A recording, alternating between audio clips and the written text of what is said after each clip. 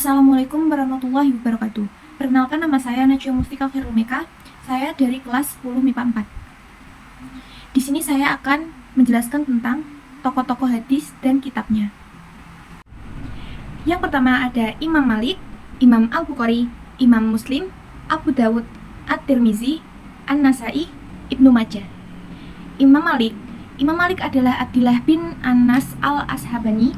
Beliau lahir pada tahun 93 Hijriah dan wafat pada tahun 179 Hijriah. Keluarga beliau berasal dari Yaman, dan Imam Malik tinggal bersama istrinya Fatimah dan 3 orang anaknya, Yahya, Muhammad, dan Hamad. Kesungguhan dalam menekuni pengetahuan agama telah menjadikan Imam Malik seorang panutan di bidang fikih dan hadis.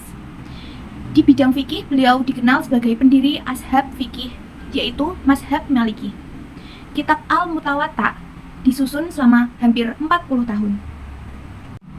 2. Imam Al-Bukhari.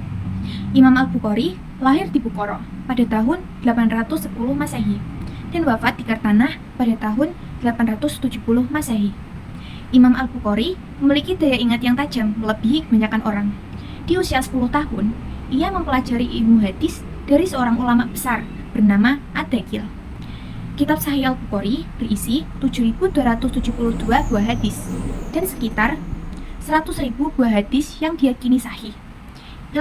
Imam Al-Bukhari berhasil menghimpun sekitar 600.000 hadis dan 300.000 hadis diantaranya telah dihafalkan. Kekuatan kitab Sahih Al-Bukhari semakin dapat dipercaya dengan adanya syarah atau komentar dari para ulama hadis. Yang ketiga, Imam Muslim. Imam Muslim lahir di Nisabur pada tahun 817 Masehi dan wafat pada tahun 875 Masehi di kota yang sama. Bersama Al-Bukhari, Muslim disebut dengan Syaikhani atau dua syakeh. Karya besar Imam Muslim adalah Al-Jami' As-Sahih Muslim atau bisa disebut Sahih Muslim. Hadis-hadis yang ada dalam Sahih Muslim adalah hadis yang telah disepakati dan disaring dari 300.000 hadis yang diketahuinya. Pemilihan dari penyusunan hadis itu beliau meluangkan waktu selama 15 tahun. Para ulama sepakat bahwa kitab Sahih Muslim menjadi rujukan kedua setelah Sahih Bukhari. Yang keempat, Abu Dawud.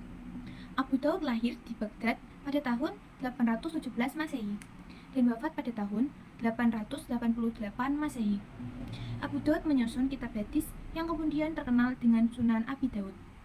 Para ulama sepakat mengelompokkan kitab tersebut ke dalam kutubus sittah atau 6 hadis ulama. Sunan Abi Dawud memuat 4.000 hadis dari sekitar 500.000 hadis yang dihimpunnya. Kitab ini paling populer dibanding karya Abu Dawud yang berjumlah 20 judul. Sunan Abi Dawud sudah diulas lebih dari 13 judul kitab dalam bentuk syarah, muktasar, dan fasid. Yang kelima, At-Tirmizi. At-Tirmizi lahir di Termiz, Tajikistan pada tahun 209 Hijriah dan wafat pada tahun 279 Hijriah. Beliau ahli dalam menghafal, menyusun, dan meneliti hadis. Kelebihan Sunan At-Tirmizi dari Sahih Al-Bukhari dan Sahih Muslim adalah dalam segi penggunaan dari kitab sahih tersebut. Sahih Muslim hanya dapat dipahami oleh orang ahli, sedangkan Sunan At-Tirmizi dapat dipahami oleh orang awam. Yang kelima, At-Tirmizi. At-Tirmizi lahir di Termiz, Tajikistan pada tahun 209 Hijriah dan wafat pada tahun 279 Hijriah. Beliau ahli dalam menghafal, menyusun, dan meneliti hadis.